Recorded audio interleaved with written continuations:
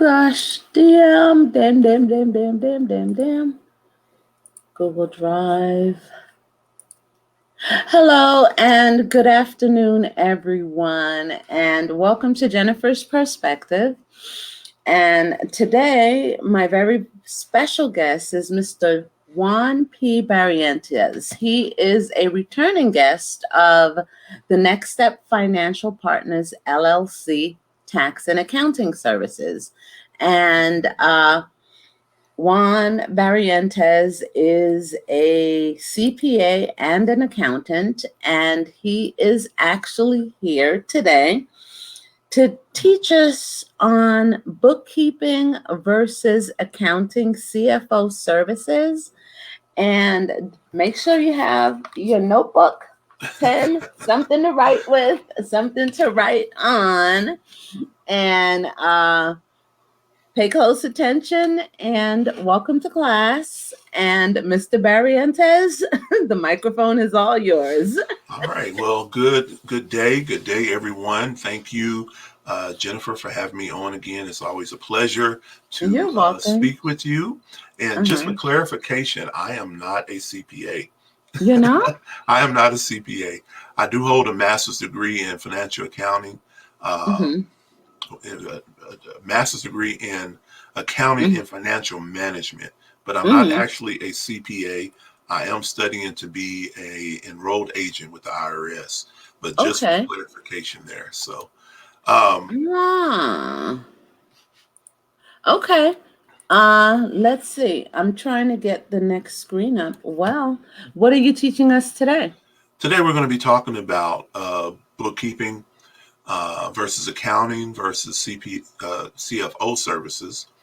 Because people often use the terms bookkeeping and accounting interchangeably, but I want to just give us some little structure, some definition, because they do overlap, but I try to draw a distinction because a lot of times we as business owners, we're looking for particular things, and sometimes we're not really asking the right questions for what we need.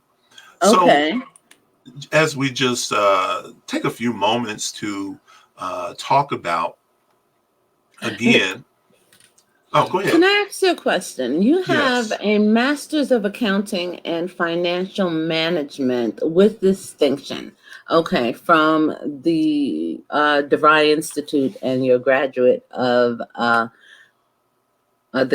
you're a Kelly graduate. What is the difference? Because some people, so that we can understand, a CPA, an accountant, and financial management. What is the difference between the three entities? Well, a CPA is a designation. You are required to pass 4 examinations. There's also a education requirement, and I think it's state specific on the qualifications to become a CPA. And so there's education requirement. There is oftentimes an experience requirement, as well as passing 4 exams. Most CPAs tend to go ahead and get a master's degree in accounting because the credit hours are going to be more than a bachelor's degree. So most CPAs go ahead and go for the master's degree in order to sit for the CPA exam. And with my master's degree, I was actually on that path because part of my course requirements with DeVry and the particular degree that I chose was it incorporated the prep exams, the prep classes for those CPA exams. However, me and my wife had a great surprise. found out she was pregnant as I was ending the towards the end of my degree, and I just didn't have the time to study, and so it was something I placed on the back burner. And since then, transitioning into where I am right now, my focus is on taxes. And Mm-hmm. my focus being on taxes is the reason why I'm pursuing the enrolled agent certification through the IRS. Mm-hmm. And CPA designation, if someone has it, they earned that. And I do have um, the educational requirements and everything to sit for the CPA exam, but Mm-hmm. I'm not prepared for those 4 examinations that is required. And so again, I chose the tax route more so than the accounting route. Mm-hmm. Yeah, with Okay. certification. All right. Thank you But so much for clearing that up because on now I yeah, understand. and on the tax side, a CPA can do the same thing that an EA can do as far as fully represent people before the IRS. Mm-hmm. And so again, it depends on what an individual's goals are. Um, Mm-hmm. Initially, my plan was to eventually have my own CPA firm, and so that's why I went for that degree. But life happened, and then I transitioned into primarily dealing with taxes. So that's Mm-hmm. why I'm currently pursuing the enrolled agent certification with the IRS. Okay. You know. And now that I understand what the difference is, why the last time you were on the show, you mentioned that small businesses need to know the difference between bookkeeping and accounting. And why is that? Well, oftentimes, depending upon your business, as well as the volume, the amount of transactions that your business have, sometimes we may just need a bookkeeper to Mm-hmm. find a good bookkeeper, as opposed to a CPA. And some Mm-hmm. people just gravitate towards that CPA because that's what they know, CPA and accounting. Mm-hmm. The difference is what you're going to find as far as difference is price. The pricing, Yeah, a CPA is going to charge you more for the bookkeeping than a fees, the bookkeeper. fees. Right. Ah. Hmm. And I had a instance, I had a lady who was looking for a tax attorney. In my mind, I'm wondering, why is she looking for a tax attorney? I'm like, what kind of trouble did she get into? And after speaking with her, she was just looking for somebody who understood taxes, who could prepare and file her taxes for her. Well, I said, well, you don't need a tax attorney to actually do Mm-hmm. that. You can find a Okay. tax preparer. And Mm-hmm. again, it's going to be cost. Mm-hmm. A tax attorney doing a tax return for you is going to be a greater cost Mm-hmm. uh, than an individual parent. And so you, as a business owner, you have to weigh the cost and Mm-hmm. benefit of who you actually need.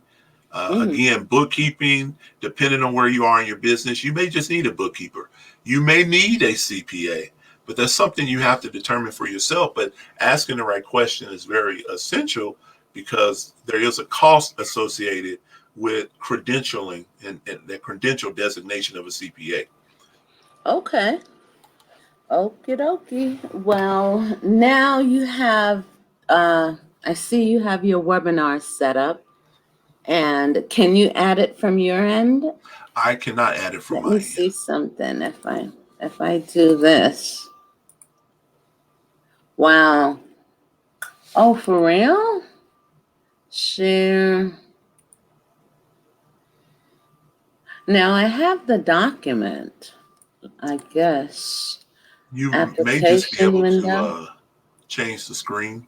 Because let me see something. Let me cancel this.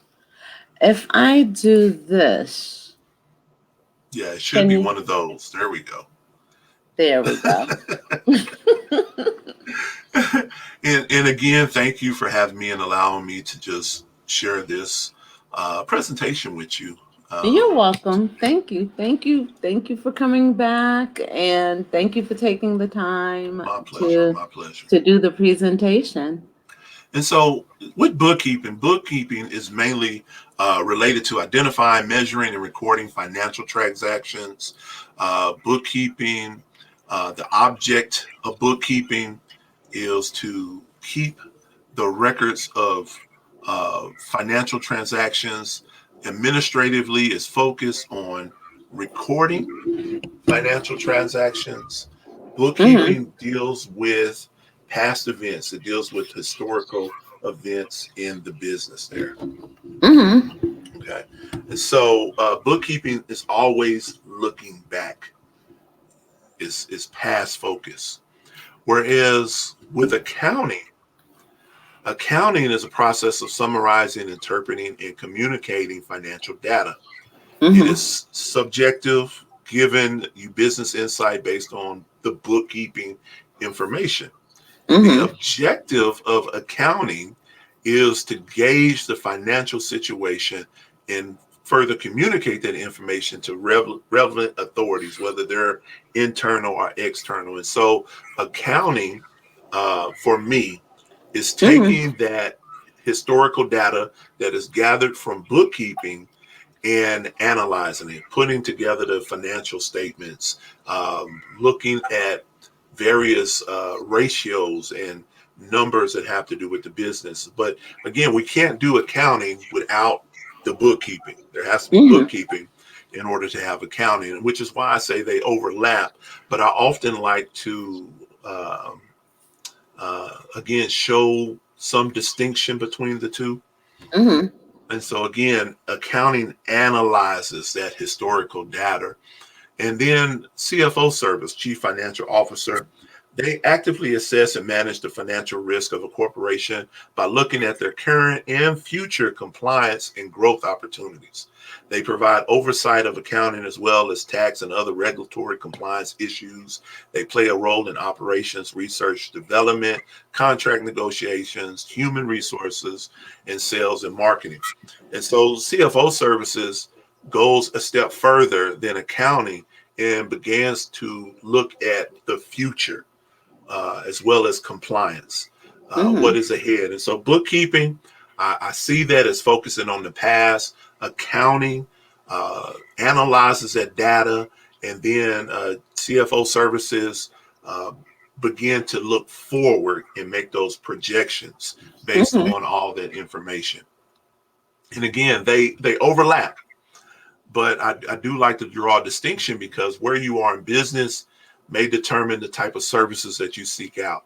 You're just getting started. You may just need bookkeeping service. You may be at a point where you're ready to expand your business and grow. So maybe you should be looking for and somebody to provide accounting level service as well as a CPO or someone else who offers those service. Mm-hmm. Maybe you are ready again to expand your business in such a way that you need additional help besides basic accounting, and you should seek out some CFO services for your business. Okie dokie. Thank you. Oh, no problem, no problem. And I wanted to just share just some basic equations with your audience as well, dealing with accounting.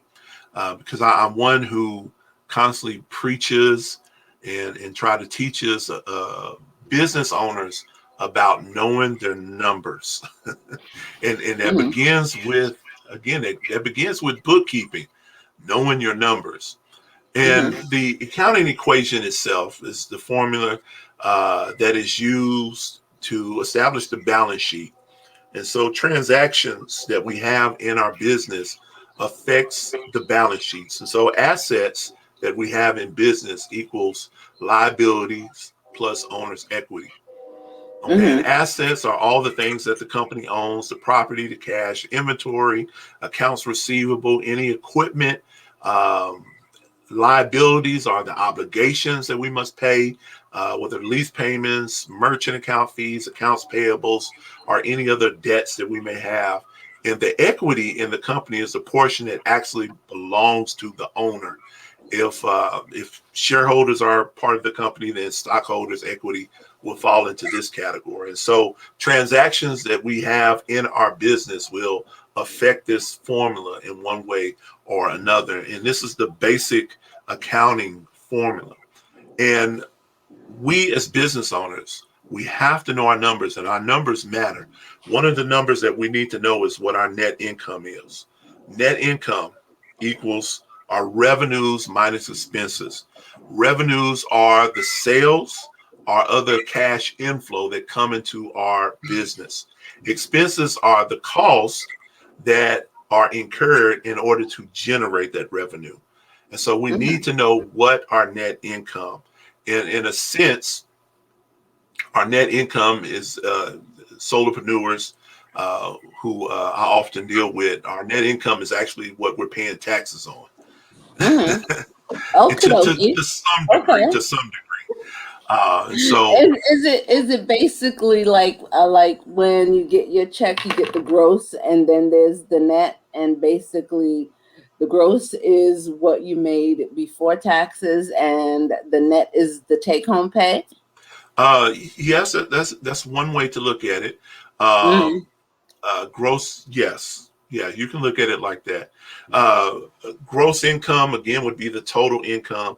And again, I said it's similar to what we pay taxes on because, again, mm, that number could be different based upon other circumstances or based upon our particular tax situation. That may be a different number, but just for conversation's sake, net income is pretty much what we pay taxes on as I'm just solopreneurs. saying, speak to me like I'm a well, people transition. You have people transitioning from corporate America, from working for someone to owning their own businesses. So Right, there's a lot that they need to understand. right, So if you can break it down into a terminology where they can be like, okay, this is what this is, and this is what it's similar to, yeah, so right. that they can understand. Like, talk to me like, okay, I'm new Well, business thi- owner. this is the money that we make in our business. This is our Mm, profit. Net mm, income would be profit in our business, and so this is a mm, number that we should be aware of monthly, as well as yearly, and then mm, even historically. mm. Knowing what our net income is as a business owner, we need to know how much money we make. Mhm. And a lot of business I owners think that's do not know. important.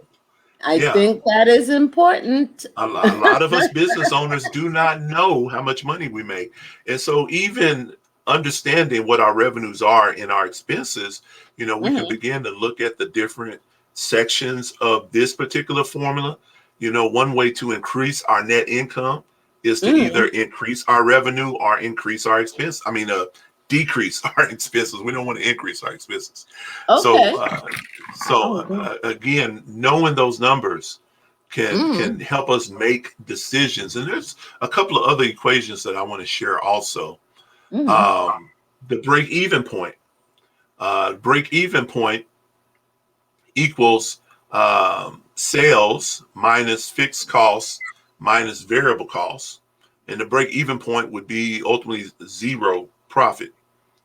And so fixed costs are reoccurring, they're predictable costs that you must pay to conduct business. These can be insurance, rent, employee salaries, or 1099 contractor salaries that we pay. Sales, our sales are the sales price we charge multiplied by the number of units sold. And then the variable costs are any costs that we incur that change based on the number of units sold. And I think for most of the people I deal with, we don't actually have a lot of variable costs, but there's definitely a lot of fixed costs. But we need to know what our break even point is. At what point do we break even where all costs are going to be covered by sales? And so, again, we can use the same equation if we want to figure out, you know, once we know our numbers, if we want to figure out what it would take in order for us to make a certain profit, we can plug it in and, of course, use algebra, plug it in and find the missing variables. So if we have sales, and I'm just going to pull some numbers out of the air. If we have sales of, let's say, $80,000, and our fixed costs are $30,000 a year. Mm-hmm. Then our profit is $50,000. Mm-hmm. So once we know those numbers, if we wanted to make $100,000 based on those numbers, if we wanted to have $100,000 profit, then we would figure out what our fixed costs would be based upon that, and again, that would be multiplying. So we would have $60,000 in fixed costs, whereas our sales would have to be 160,000. Okay. But we should That know makes sense. how much we need in order to break even. And then once we understand that, once we know those numbers, and we can determine, well, if I want to make this amount of profit, how much do I need in sales based upon my fixed and variable costs? And my example didn't include variable costs, but how much in sales do I need in order to reach the profit that I want once we have our break even point?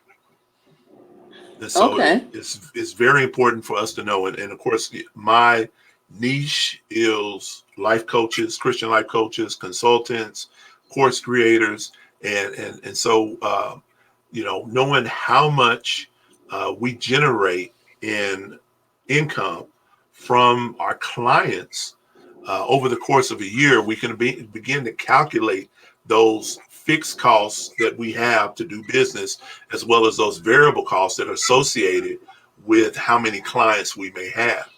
And Mm-hmm. understanding that break even point, once we understand that, then we can plug in, well, if I want to make this amount of money for 2021, how much do I need in sales in order to achieve that? Once I know Mm-hmm. that fixed costs and variable costs, then I can calculate, the amount of sales, and I can begin to work on what it takes to generate those sales in order for me to reach that my desired profit. And then our profit margin. Profit margin equals net income divided by sales. And net income is the total amount of money that a business has made after removing expenses. And we talked about net income just a moment ago. And sales refer to the operating revenue you generate from business activity. And so the profit margin tells us how much income we make off of our sale. And this is another formula. It's very similar to the break even, but this is another way for us to see and determine how much profit um, that we actually have within our business. And so if our profit margin is, well, I'll pull another number out there, 50%. Well, let's say our net income is, let's say we do the same $80,000 net income, and our sales were, let's say 40,000. I'm making this simple. Say $40,000 in sales. Our net income. I'm sorry, that's the other way around. Our sales was $80,000. Our net income was 40,000, and so that tells me we had $40,000 in costs, fixed and variable costs.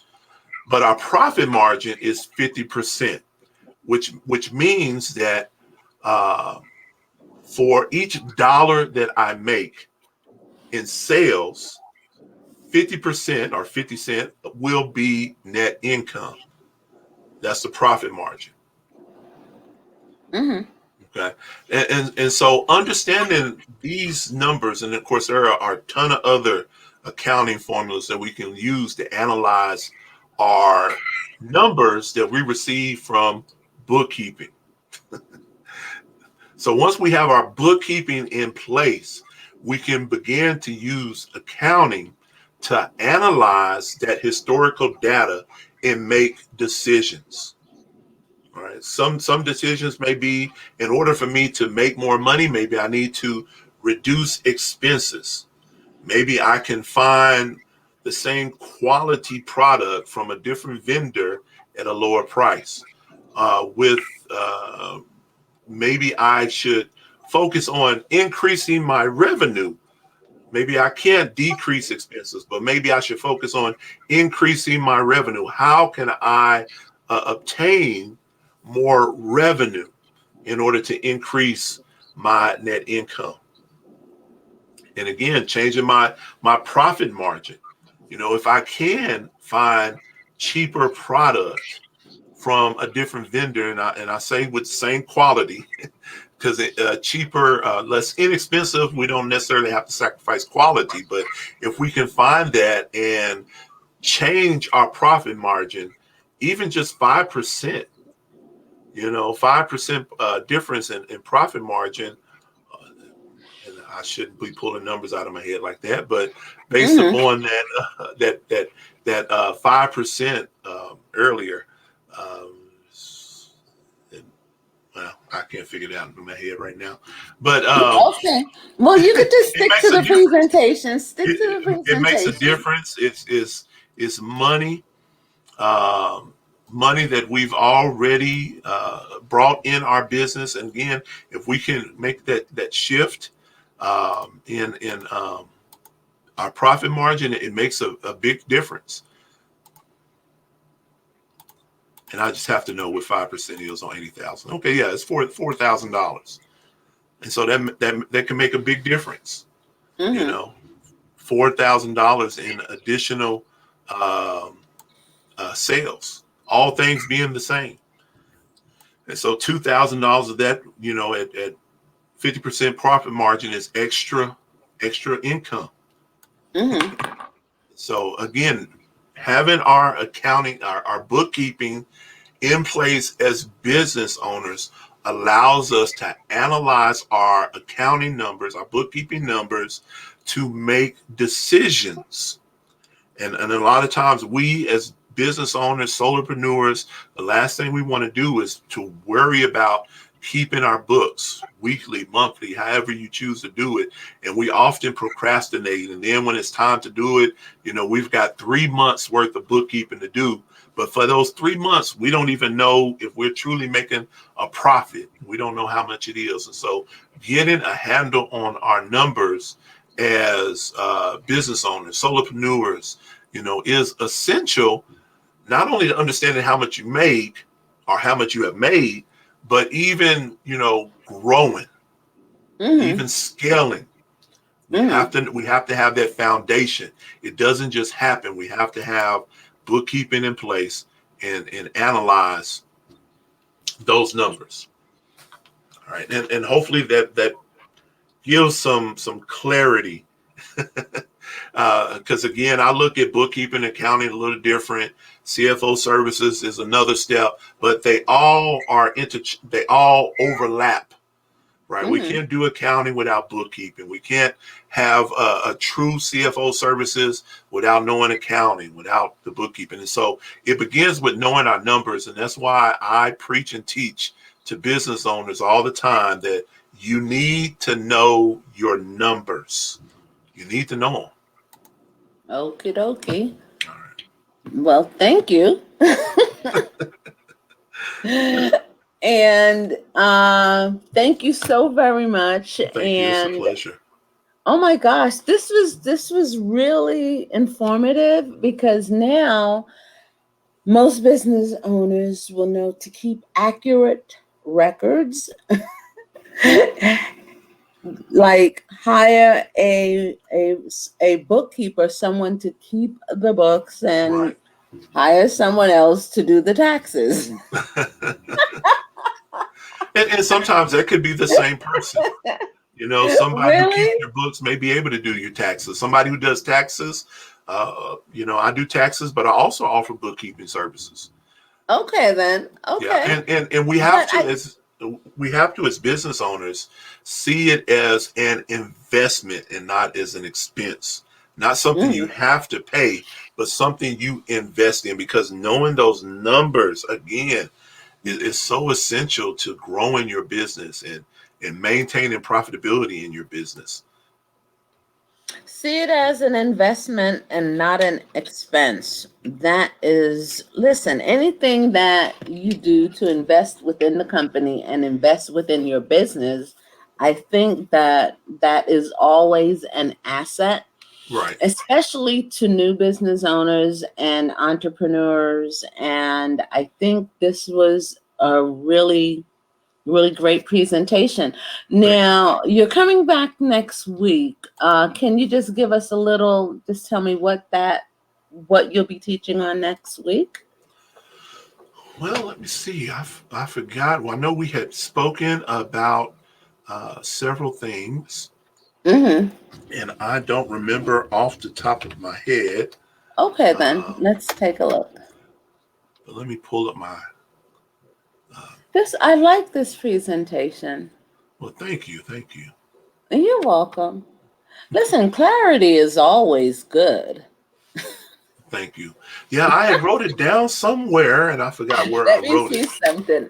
Don't worry about it. Let's take a look. Let's see. You're going to do the bookkeeping formula, and you had mentioned something regarding the booking equation and the net income. What Well, is that? that's what I just talked about there. So I Okay. don't know if I did two presentations in one, but Okay, then. I'll definitely have something for next week. Okay, then. Yeah, Well, I thank you so very much. I my have pleasure. another appointment. Oh my gosh, Thank Juan. you for having Thank me, you, and I thank you, thank appreciate the you. opportunity.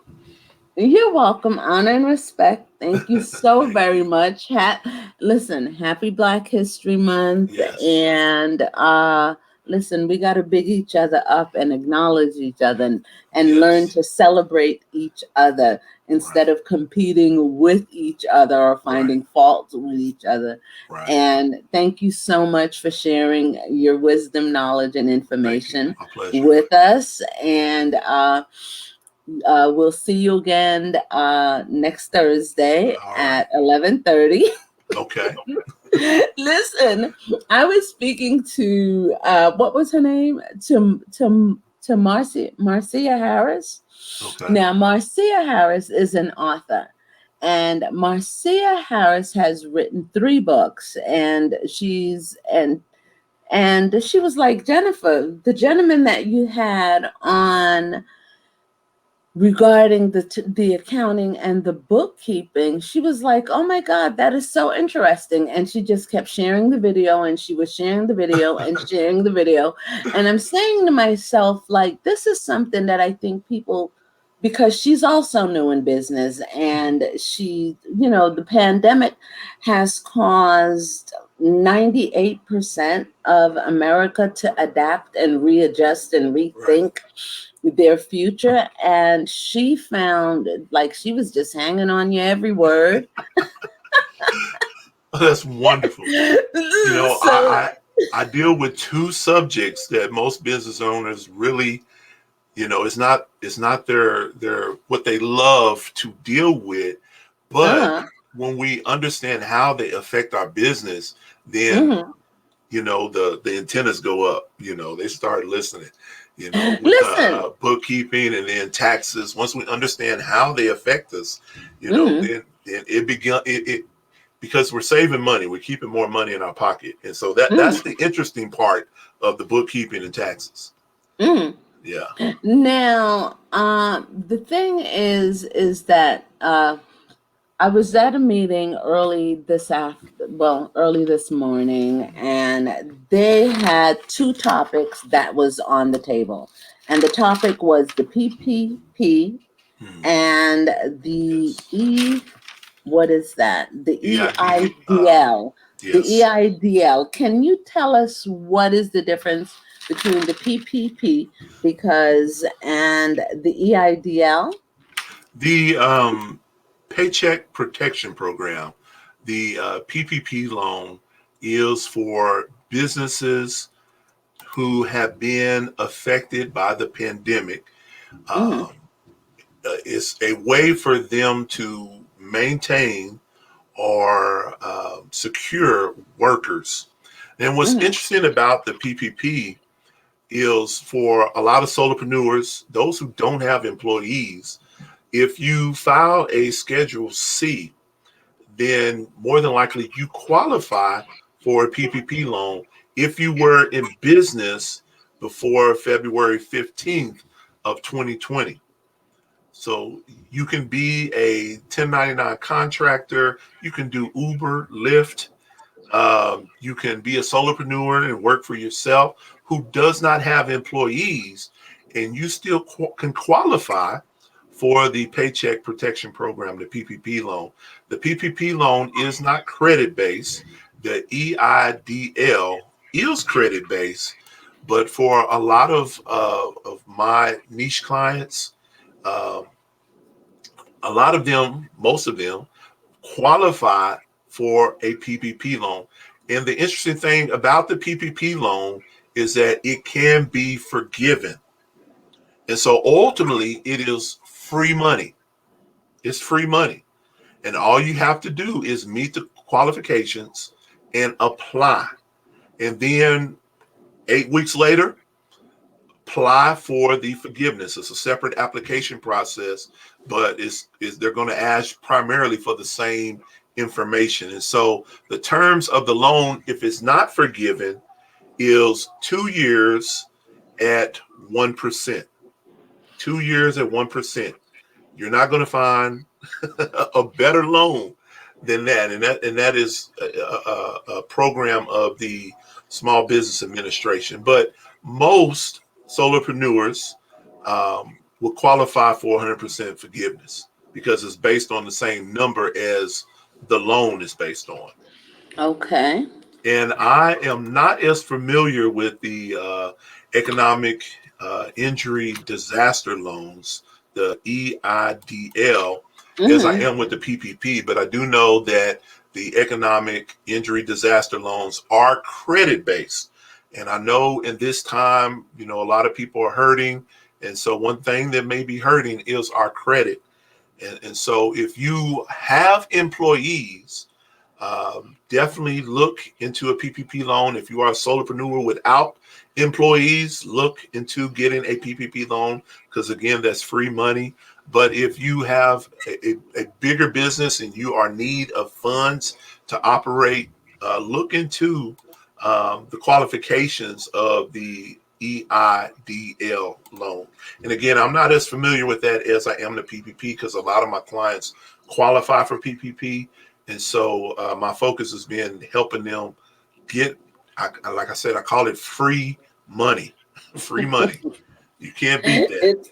It's free money, but right, because there is I guess it's a grant and you don't have to pay it back. No, it is a loan. It is a loan. It is a loan, but it can be forgiven. It can be forgiven. Right. And what is the forgiveness based on? The forgiveness is based upon the same criteria to get the loan. And so if you are a solopreneur, 1099 contractor, if you file a Schedule C with your taxes on your 2019 or your 2020, depending on which one you use, line 31 on Schedule C, you will take that number, you will divide it by 12. You'll take that number and then multiply it times 2.5. This is the amount of the loan of PPP that you qualify for. This is also the amount that can be forgiven. Okie dokie. And I think that would be it for now. Well, Juan, thank you so very much. My pleasure. Thank you. My pleasure. And thank you for the golden nuggets. Thank you for your time. And thank you for the information. Right. Okay. And we'll see you again next Thursday. Yes, ma'am. Thank you. I look forward to it. Okay, then. Thank you. All Have right. a good day, everyone. All right. Bye-bye.